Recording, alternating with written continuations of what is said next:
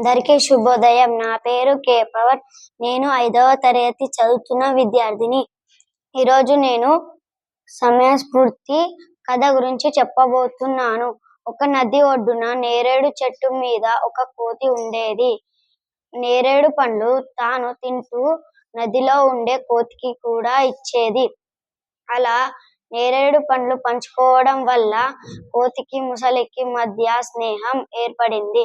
నేరేడు పండ్లు తినే కోతి గుండె మధురంగా ఉంటుంది అని ఆడ ముసలి కోతి గుండెని తినడానికి పన్నాగం పన్నింది.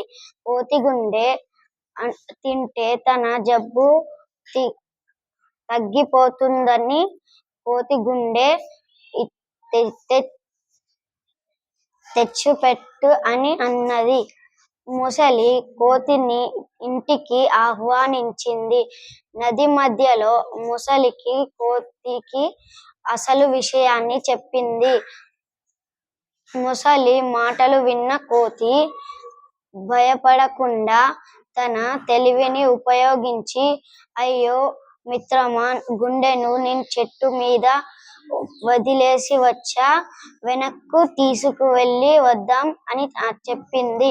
పాఠం నీతి: మనం ఎలాంటి ఆపదలోనైనా తెలివిగా ఉండి ప్రాణాలను కాపాడుకోవాలి. ధన్యవాదాలు.